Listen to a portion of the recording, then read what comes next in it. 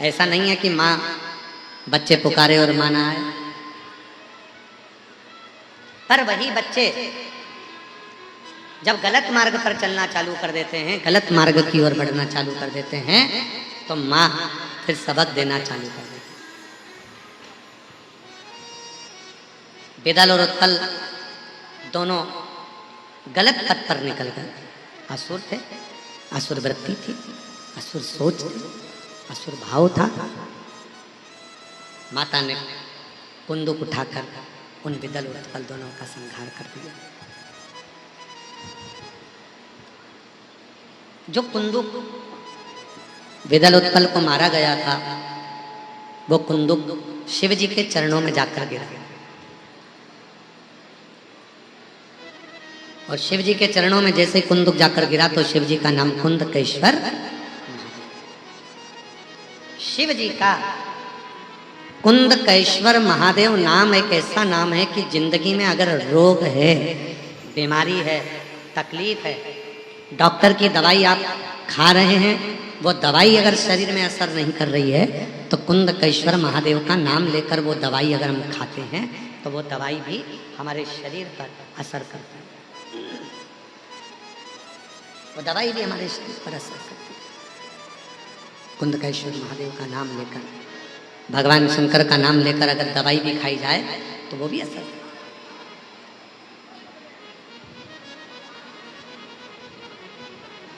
कितने रूप हैं शिव?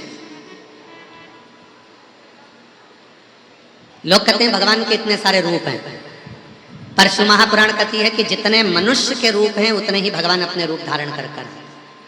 मानव के कितने रूप हैं? ऑफिस जाता है तो उसका रूप कोई दूसरा रहता है, दुकान पर बैठा है तो रूप दूसरा है,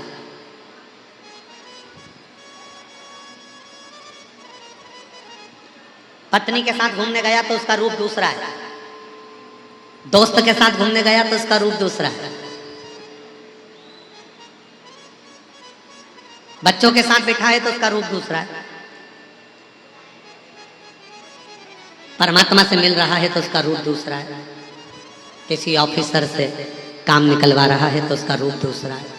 कितने रूप है उसके, कितने रूप। बस शिव पुराण कहती है जैसे मानव के हर पल, हर घड़ी, हर क्षण अलग अलग रूप रहते हैं। भोजन करते समय अलग रूप है, पत्नी से बात कर रहा है तो अलग रूप है, ऑफिसर से बात कर रहा है तो अलग रूप है, सबसे उसका रूप अलग अलग अलग अलग चलता है। उसी तरह मेरा शिव भी कभी अपने असली स्वरूप में, मेरा शंकर अपने असली स्वरूप में कभी भी नहीं आता। मेरा शंकर कभी अपने असली स्वरूप में नहीं पहुंचता। थोड़ा गला पकड़ रहा है भाई, गला खींच रहा है, गला पकड़ रहा है, साउंड बेस ज़्यादा खोल दिया, या तो थोड़ा सा क्लियर कर कर चलाओ। शिव अपने असली स्वरूप में कभी नहीं आते। भगवान शंकर जितनी बार भी अगर आपके पास में आएंगे तो अपना रूप तुम्हारे अपनों का बनाकर ही आए।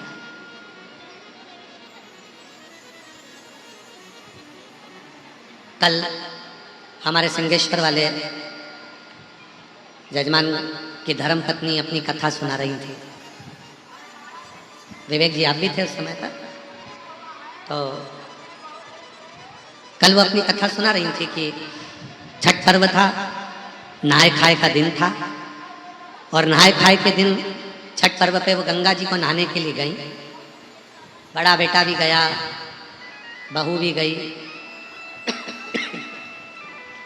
छोटा बेटा भी गया, बेटी भी गई, गार्ड भी गए, सब गए। ये स्नान कर कर ये खड़े हैं सिंहेश्वर। आपकी धर्मपत्नी कहाँ है? अच्छा पीछे बैठी हैं क्या? अच्छा अच्छा ठीक है। हाँ ये तो ये छठ पर्व था, नहाए खाए का दिन था। बड़ी बहू, बड़ा बेटा, छोटा बेटा, बेटी, ये गार्ड सब स्नान करने के लिए जब गंगा जी पर गए, इन्होंने स्नान कर लिया। थोड़ा थोड़ा सा पानी था, स्नान कर कर बाहर आकर बालू रेत का शिवलिंग बना रही थी। इनका नियम है पार्थिव शिवलिंग बनाने का, रोज बनाते हैं पार्थिव शिवलिंग। हमारे जजमान विवेक जी की धर्मपत्नी भी वो भी रोज बनाती है विनीता कुमारी, वो भी रोज। अब इनका पार्थिव शिवलिंग बना रही थी, वो पानी के कारण वो पार्थिव शिवलिंग रेत गीली थी तो बार बार ढह रहा था। इतनी देर में बच्चे नहाने के लिए अंदर गए। थोड़ी दूर पे कल बता रही थी ये व्यासपीठ है, इससे ऐसी लगा है इतनी दूर पर, स्नान करने के लिए बच्चे गए। वहीं पर ये भी स्नान करने के लिए गई थी, स्नान कर बाहर आ गई थी, थोड़ा थोड़ा पानी था। जैसे ही बच्चे स्नान करने गए, बड़ा बेटा, बड़ी बहू, छोटा बेटा, बेटी, घर के जितने सदस्य थे सब ना जाने वो पानी में कौन सी खाई थी, उस खाई के अंदर वो उस पानी में वो चले।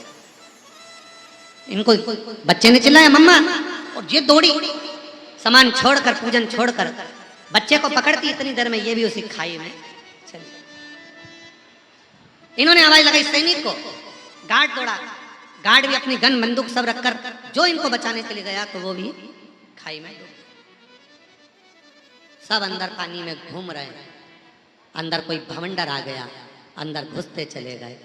प्राण बचने की कोई उम्मीद नहीं थी, कोई प्राण बचने, सांस आखिरी थी, नेत्र बंद होने लगे थे।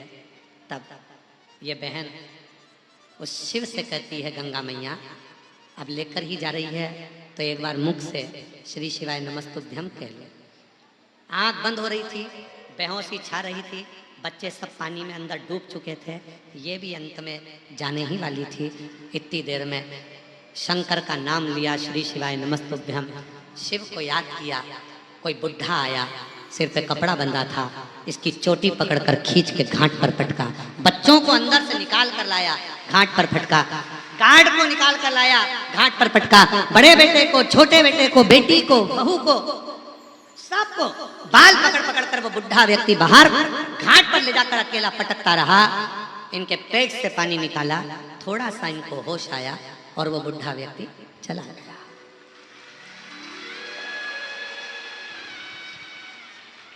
कितने दिन हॉस्पिटल में रहे? 4 दिन तक हॉस्पिटल के अंदर आईसीयू में पड़े थे और पानी निकालते रहे डॉक्टर। पूरे हॉस्पिटल में उत्पात मच गया, इतने सारे शरीर देखकर, इतनी बॉडियां देखकर, इतना शरीर देखकर, इतना आश्चर्य में था। पानी इतना भरा था कि जीवित कैसे रहेगा। कल बता रही थी बाबा श्री शिवाय नमस्तुभ्यम में वो बल है कि व्यक्ति को कहीं मौत से भी निकाल कर ले आता है, वो मंत्र की प्रभाव। कल हम इनको कह रहे थे ये बाबा की बड़ी करुणा है आप लोगों पर जो बाबा ने कृपा करी। बैठिए बैठिए, शिव कृपा, शंकर कृपा। उसको स्मरण करना, उसको पुकारना, उसको बोलना, उससे अपने मन की बात करना, उसको अपने मन का भाव कहना, वो सुनता है। लोग कहते हैं ये श्री शिवाय नमस्तुभ्यम सियोर वाले बाबा का बनाया हुआ मंत्र है। आप जो भी समझें आपके ऊपर निर्भर करता है, पर सियोर वाले बाबा का बनाया मंत्र नहीं है। ये मंत्र मेरे भोले बाबा का खुद का बनाया हुआ है। शिव महापुराण की कथा लेकर आओ, पुस्तक लेकर आओ, गीता प्रेस गोरखपुर की उसकी विद्धेश्वर संहिता पढ़ो। उस विद्धेश्वर संहिता में लिखा है श्री शिवाय नमस्तुभ्यम। इस मंत्र को बोलने वाले का मात्र मुख का दर्शन भी होता है तो संचित पाप नष्ट हो जाते हैं। जो इस मंत्र को पुकारता है उसको अपनी मंजिल जरूर मिलती है। वो मंत्र का उच्चारण जीवन में सुख वो मंत्र श्री शिवाय नमस्तुभ्यम, श्री शिवाय नमस्तुभ्यम। केवल एक मंत्र श्री शिवाय नमस्तुभ्यम ऐसा है कि चलते फिरते, खाते पीते, सोते उठते बैठते, कैसे भी बच्चा जन्म ले तो भी, कोई चला गया तो भी, घूमने जा रहे हो तो भी, कोई अड़चन में फंसे हो तो भी, कोई तकलीफ है तो भी, इस मंत्र का मात्र उच्चारण करने पर मेरा भोलेनाथ की कृपा दृष्टि तुरंत हो जाती है, तुरंत। ये मंत्र है। अब लोग कहते हैं सियोर वाले बाबा का मंत्र है। अरे भोले बाबा का मंत्र है, और अगर सियोर वाले बाबा का भी है, अगर उस मंत्र से कोई गलत तो नहीं हो रहा। श्री शिवाय नमस्तुभ्यम, भगवान शंकर के चरणों को मैं नमन करता हूँ। इस मंत्र का मतलब केवल इतना है, शिव को नमन करता हूँ। ओम नमः शिवाय का मतलब क्या? शिव को नमन करता हूँ। नमः शिवाय का मतलब क्या? शिव को नमन करता हूँ। मंत्र अब तुम भले कहो किसी और वाले बाबा का मंत्र है, मंत्र तो है, साधना तो है। और तेरे दरबार की बाबा निराली शान देखी है, तुझे देते नहीं देखा पर झोली भरी, मुख दुनिया मोड़े बाबा तुम मुखेड़ा ना मोड़े, मेरी लगी प्रीति बाबा तोड़े। प्रीत शिव से जोड़ी, भगवान शंकर से जितनी प्रीत जोड़ोगे, भगवान शंकर से जितनी प्रीत बनाकर रखोगे वो सुख देगा। वेदल उत्पल दोनों समाप्त हुए। शिव जी का नाम कुंदकेश्वर महादेव हो गया। आगे वर्णन आया है एक कथा, शिव जी को एक बार क्रोध आ गया इंद्र पर। शिव जी के उस क्रोध से अवधूतेश्वर रूप धारण कर लिया। अवधूतेश्वर। ब्रह्मा जी ने देखा कि भगवान शंकर का गुस्सा कोई धारण नहीं कर सकता, आपका क्रोध कौन लेगा, कौन लेगा? रोज रोज अगर चिड़ चिड़ चिड़ चिड़ चिड़ चिड़ गुस्सा गुस्सा गुस्सा करोगे तो तुम्हारा गुस्सा कोई नहीं लेगा, तुमको खुद पीना पड़ेगा।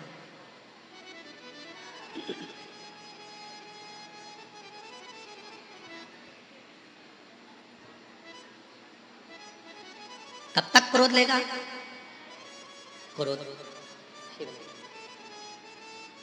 शिव जी के क्रोध को कौन ले सकता है? भगवान शंकर का जो क्रोध है इसको लेगा कौन?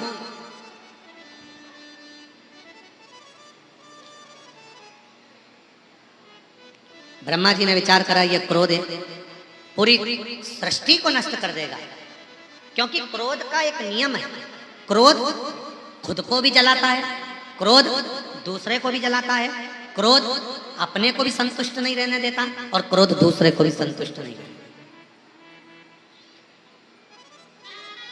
गुस्सा कर कर, अपशब्द बोलकर, आड़ा टेढ़ा बोलकर आप खुश रह सकते हो क्या? जम के बोलो जरा। अंदर से भीतर से भाव आएगा, गलत हो गया, बोल दिया, आड़ा टेढ़ा बोल दिया, अपशब्द कह दिया, ताना दे दिया, मैंने ये कह दिया, मैंने वो कह दिया, उसके मन में बार बार बार बार बार बार यही भाव आए, उसके मन में यही भाव बार बार चलता रहेगा कि मैंने अपशब्द कह दिया, मैंने ताना दे दिया, मैंने आड़ा टेढ़ा कर दिया, और दूसरे का भी मन दुखा। इसलिए शिव पुराण कहती है क्या किसको रोइए, आता है सबको तो बोलो जरा जम के, क्या किसको रोइए चादर तान के सोइए, आग लगे बस्ती में अपन रेव मस्ती में, कोई कुछ बोले जाने,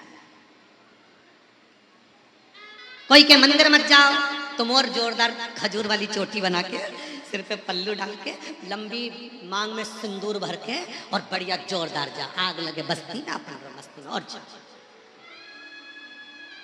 बोल बोल।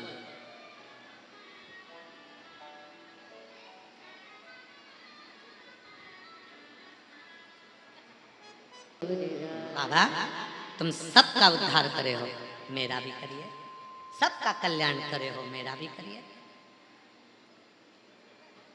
मुझे दुख होगा तो क्या बाप सुखी रहेगा? शिव को अपना पिता मानना। हम कहते हैं जैसे बाबा वैद्यनाथ जी को देवघर कहते हैं, महाकाल बाबा को राजा कहते हैं, काशी बाबा को विश्वनाथ कहते हैं, ऐसे ही सीहोर कुबरेश्वर धाम की धरा को, कुबरेश्वर बाबा की धरा को बाप का घर कहते हैं, वह हमारे पिता का हो जाए पूरी कामना, बोलो बोलो सब बोलो, हो जाए पूरी जो कामना लेकर आया, जो कहने आया, जो मांगने आया, जो तुम्हारे सामने बैठकर कथा सुन रहा हूं, जो मेरे मन की कामना है बाबा। जैसे दुनिया के पत्र व्यासपीठ पर जाते हैं, मेरा भी पत्र जाए। बाबा बेटी हूं तुम्हारी, मेरे महाकाल, हे मेरे देवघर वाले, हे मेरे विश्वनाथ, हे मेरे कुबरेश्वर बाबा, बेटी हूं तुम्हारी, दुखी रहती हूं, पर एक सुख मेरी जिंदगी में है, मेरे बाप का साया मेरे सिर पर है और मुझे विश्वास है मेरे कुबरेश्वर बाबा, मुझे भरोसा है मेरे महाकाल बाबा कि एक दिन ये बेटी जो दुखी है आपके आशीर्वाद से सुखी जरूर होगी और वो सुख देने वाला मेरा बाप, मेरा शिव ही होगा, मेरा शंकर।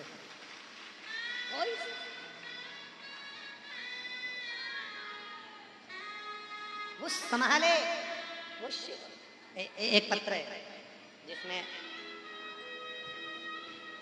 किसी संगीता गुप्ता जी ने लिखा है, कहीं बैठी हैं संगीता गुप्ता, आप ही हो, ऐसा हाथ हिला दो एक बार। इस बेटी ने, हाँ जी जी, ऐसा हाथ हिलाओ एक बार, आ जाओ। पत्र लिखा है, अभी ना जाओ छोड़ के दिल अभी, ये तक तो ठीक था, पर दूसरी लाइन जो लिखी, गुरुजी जल्दी आने का वादा कीजिए ना, जल्दी आने का वादा कीजिए। नीचे लिखा, हम रांची वाले आपका इंतजार करते रहेंगे, आप कब आओगे। वो बच्चन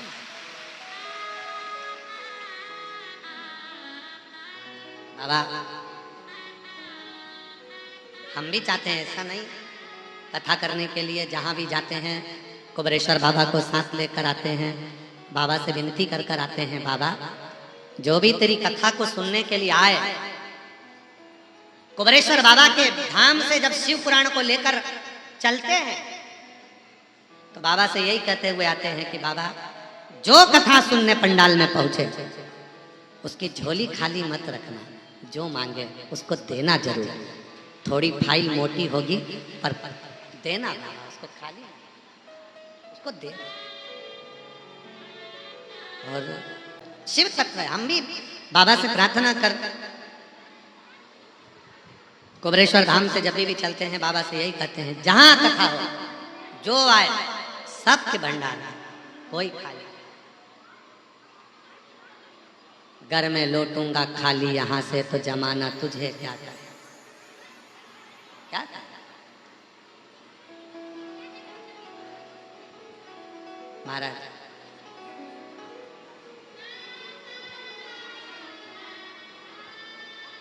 शिव को नमन किया, विदल उत्पल के प्राण गए, कुंदकेश्वर महादेव का नाम पड़ गया। भगवान शंकर के क्रोध को ब्रह्मा जी ने ले जाकर समुद्र में दिया, घोड़े के रूप में उससे एक बालक प्रकटा जिसका नाम जलंधर हुआ। वो जलंधर जिसकी प्रवृत्ति असुर प्रवृत्ति थी,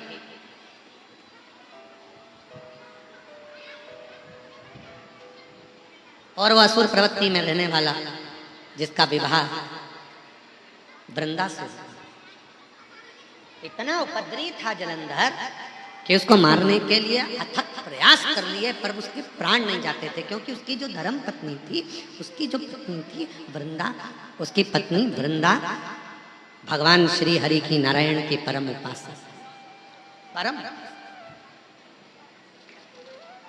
और वो वृंदा भगवान नारायण की उपासना करती थी, नारायण की साधना करती थी। पति के प्राण नहीं जाते, पति के प्राण ही नहीं समाप्त होते, प्राण ही नहीं जा रहा। देवताओं ने प्रयास कर लिया पर उसका पति मरता ही नहीं।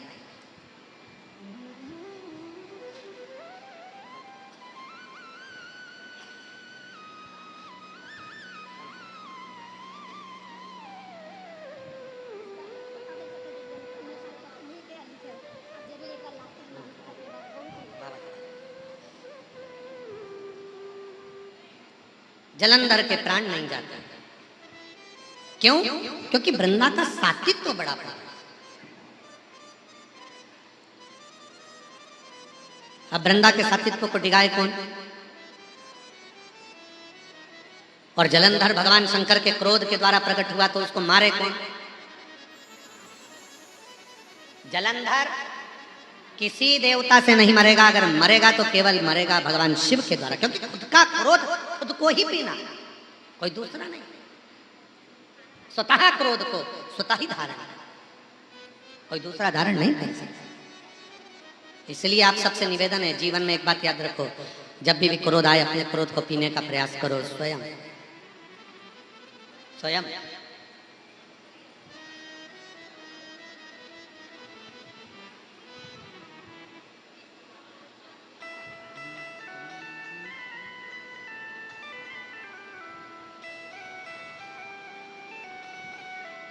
स्वयं उस क्रोध को पी, शिव के सिवा कोई नहीं मार सकता।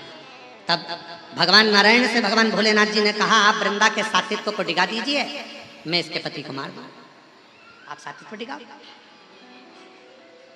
वृंदा के सातित्व को डिगाया और सातित्व डिगा और भगवान शिव के द्वारा जलंधर के प्राण छोड़ गए। वृंदा तुलसी का क्यारा बन गया। नमन करा। भगवान नारायण को कहा कि तुम भी पत्थर बनोगे, शालिग्राम जी के रूप में भगवान नारायण। आगे कथा आती है, सुंदर प्रसंगों में वर्णन आता है। तुम रुका जी चंचुला देवी को भगवान के सुंदर 12 ज्योतिर्लिंग का स्मरण करा। प्रथम ज्योतिर्लिंग के रूप में श्री सोमनाथ जी का वर्णन आया। चंद्र को काया का रोग हो गया और वो काया का रोग छूटता नहीं था। किसके पास जाए? आरोग्यता देने वाले अगर संसार में कोई हैं तो उनको महामृत्युंजय माना गया है, शिव माना गया है, जो देते अधूरा नहीं है, पूर्ण देते। कुंभ कितनी जगह लगता है? बोलो जम के बोलो जरा, कुंभ कितनी जगह लगता है? सब बोलो जम के, 4 जगह। प्रयाग, हरिद्वार, त्र्यंबकेश्वर, नासिक, चौथा उज्जैन, अवंतिका। बोलो बोलो, सही है। कुंभ कितने लगते हैं? 4। अर्ध कुंभ कितनी जगह लगते हैं? 2 जगह। प्रयाग में भी अर्ध कुंभ आता है हर 6 साल में, हरिद्वार में भी अर्ध कुंभ आता है हर 6 साल में, पूर्ण कुंभ 12 साल में, अर्ध कुंभ 6 साल में। हरिद्वार में भी अर्ध कुंभ लगता है, प्रयाग में भी अर्ध कुंभ लगता है। केवल अर्ध कुंभ नहीं लगता तो 2 जगह नहीं लगता, एक त्र्यंबकेश्वर नासिक में और दूसरा अवंतिकापुरी उज्जैनी में, महाकाल की नगरी में। इन 2 जगह पर अर्ध कुंभ क्यों नहीं लगता? कभी विचार किया आपने? जब 4 जगह पे अमृत गिरा, 4 जगह पर कुंभ होता है तो 4 जगह पर पूर्ण कुंभ होता है, तो 4 जगह पर ही अर्ध कुंभ होना चाहिए। पर 2 जगह पे अर्ध कुंभ होता है, एक प्रयाग में अर्ध कुंभ होगा, पूर्ण कुंभ भी होगा, अर्ध कुंभ भी होगा। हरिद्वार में पूर्ण कुंभ 12 साल में होगा, आधा कुंभ 6 साल में होगा। पर ये 2 जगह ऐसी है, एक त्र्यंबकेश्वर नासिक और दूसरा उज्जैनी महाकाल की नगरी, जहां पर अर्ध कुंभ नहीं होता। क्यों नहीं होता? किसी से पूछना तो बताएगा। अर्ध कुंभ इसलिए नहीं होता त्र्यंबकेश्वर में, नासिक में। अर्ध कुंभ इसलिए नहीं होता उज्जैनी में, क्योंकि वहां देव अधिदेव महादेव के ज्योतिर्लिंग विराजमान है, और जहां शिव है वहां अधूरा कुछ नहीं रहता, वहां पूर्ण ही होता है। वहां पूर्ण होता है, अधूरा कुंभ नहीं होता। त्र्यंबक में भी अर्ध कुंभ नहीं होगा। त्र्यंबक में जहां पर मेरा त्र्यंबकनाथ विराजमान है, नासिक में अर्ध कुंभ नहीं होगा, उज्जैनी में अर्ध कुंभ नहीं होगा, प्रयागराज में अर्ध कुंभ हो जाएगा, हरिद्वार में अर्ध कुंभ हो जाएगा। पर दो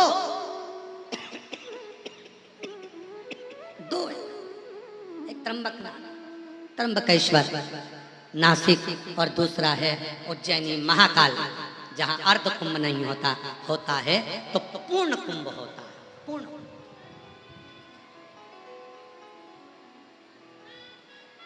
और पूर्ण कुंभ आ रहा है। नासिक त्र्यंबक का 27 में आ जाएगा 2000, और उज्जैनी अवंतिकापुरी का 2028 में आ जाएगा।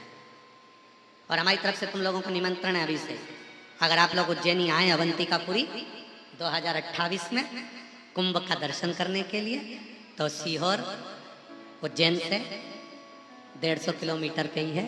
खूब प्रेम से आओ, अपने बाप के घर रुको, खूब पेट भर भोजन करो, और बाबा की पूरे आनंद के साथ 2028 में जब कुंभ चलेगा तो प्रयास करेंगे कि वहाँ कथा भी चलती रहे और भक्त लोग कथा का भी लाभ लेते सीहोर अपने पिता के घर। चंद्रदेव को काया का रोग हो गया, काया के रोग से मुक्त शिव की साधना करी। तब भगवान शंकर ने काया के रोग से मुक्त करा और शिव जी का नाम सोमेश्वर महादेव हो गया। कार्तिकेय बाबा रुष्ट होकर चले गए, मनाने के लिए शिव पार्वती गए, मल्लिकार्जुन के रूप में विराजित हुए। अगला वर्णन आया, दूषण नाम के राक्षस का संहार करने के लिए स्वयं शिव प्रकट हुए। शंकर जी काल अधिपति महाकाल बनकर विराजमान हुए। अगला वर्णन आया ओमकारेश्वर का, विंध्य नामक पर्वत में तप कर कर शिव जी को प्राप्त किया, शिव ओमकारेश्वर के रूप में विराजमान हुए। अगला वर्णन है श्री केदारनाथ जी का, नर नारायण ने तप कर कर भगवान शिव को प्राप्त किया। नर भगवान शंकर को प्राप्त किया और भगवान शिव बड़े आनंद के साथ में श्री केदार के रूप में विराजमान हुए। अगला वर्णन है कुंभकर्ण की धर्म पत्नी करकटी का बेटा भीम, जिसने सारे मंदिर देवालय तोड़वा दिए थे। शिव जी ने उसका संहार करा, शिव जी का नाम भीमा शंकर हुआ। फिर वर्णन आया है काशी विश्वनाथ जी का, मनु शत्रुपा के तप करने से काशी विश्वनाथ जी का सुंदर भाव यहाँ विराजित होता है। फिर वर्णन आया है त्र्यंबकेश्वर का, गौतम बाबा पर गौ हत्या का दोष लग गया, उस गौ हत्या के दोष से मुक्त करने के लिए भगवान ब्रह्मा विष्णु महेश त्र्यंबकनाथ के रूप में विराजमान। अगला वर्णन है वैद्यनाथ जी का, रावण भगवान शंकर का शिवलिंग लेकर जा रहा था, भार तक को उठा ना सका, बेजू ग्वाले को दे दिया, बेजू ग्वाले ने भूमि पर रख दिया। वहीं भगवान वैद्यनाथ जी के रूप में विराजमान हुए। इस झारखंड की पवित्र भूमि पर बाबा देवघर के रूप में विराजित होते। अगला वर्णन है नागेश्वर का, दारुक नाम के राक्षस का संहार करने के लिए भगवान नागेश्वर के रूप में विराजित होते। फिर वर्णन है श्री रामेश्वरम का, राम जी महाराज जब लंका पर चढ़ाई करने के लिए बढ़े तो शिवलिंग की स्थापना कर कर पूजन करी और भगवान रामेश्वरम के रूप में विराजित हुए। फिर अगला वर्णन है कृष्णेश्वर का, सुधर्म नाम के ब्राह्मण की 2 पत्नियां थी, घुष्मा सुदेहा। घुष्मा को बेटा हुआ, पति के कहने पर उसने सुदेहा को दे दिया। सुदेहा ने उस बेटे को बड़ा किया, शादी हो गई, बहू आ गई। बहू को मालूम पड़ा मेरी असली सास तो घुष्मा है, उसने सुदेहा को पूछना बंद कर दिया। सुदेहा को क्रोध आ गया, बेटा ही नहीं रहेगा तो बहू किस काम की। बेटे के तलवार से टुकड़े टुकड़े कर दिए, एक कपड़े में बांधकर तालाब में फेंक दिया। मरा हुआ वो बेटा, उसकी मां घुष्मा पार्थिव शिवलिंग का पूजन करती थी। पार्थिव शिवलिंग बनाकर पूजन कर कर विसर्जन करने के लिए जैसे ही गई, तालाब में जैसे ही शिवलिंग गया वैसे ही तैरता हुआ बेटा वापिस जिंदा वापिस आ। भगवान शिव का नाम कृष्णेश्वर महादेव है। ऐसे 12 ज्योतिर्लिंग का स्मरण तुमरुका जी ने चंचुला देवी को कराया। श्रवण करते ही चंचुला का पति बिंदु प्रेत योनि से मुक्त हो गया, देव योनि को धारण हो गया।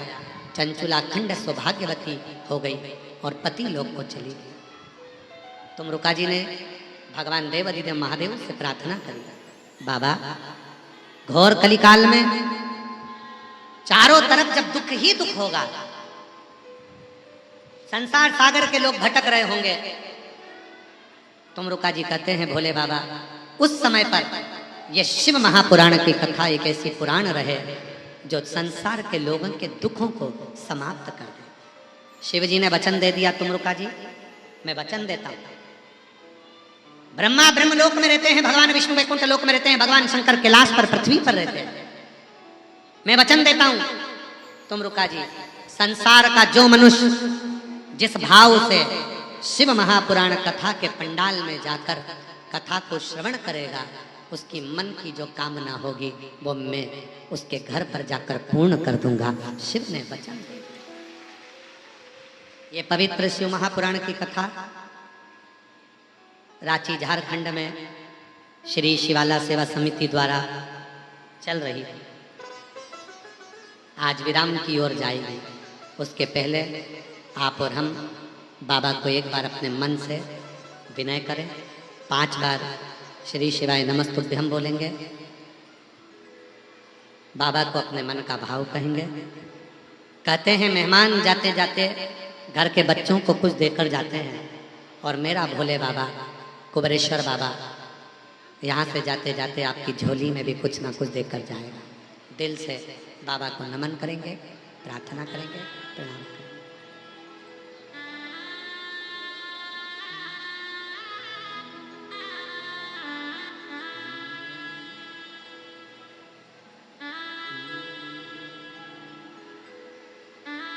श्री शिवाय नमस्तु,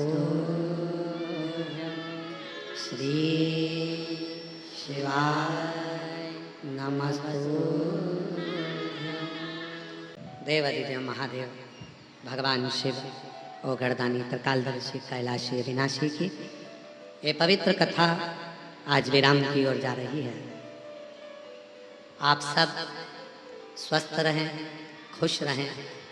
शिव जी आप सबके हृदय में विराजमान रहे। रांची झारखंड में बहुत अच्छा लगता है क्योंकि झारखंड के लोग बहुत सरल हैं, बहुत सीधे। यहाँ की जो नम्रता है, यहाँ की जो सहजता है।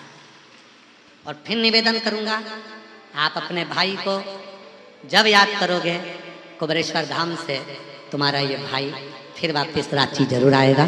शिव महापुराण की कथा जरूर।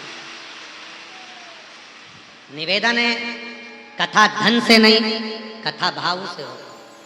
अगर तुम्हारे दिल में है और यहाँ से जाते जाते बाबा से कहकर जाना, हमको इतना धन देना कि हम भी, जो हमारी सहेली आई हैं, दोस्त आए हैं, 10-12 लोग मिलकर ऐसा धन दे बाबा, हम भी 12-15 लोग मिलकर ऐसा धन दे बाबा कि हम भी अपने गांव में, नगर में, अपने क्षेत्र में शिव महापुराण की कथा करवाएं।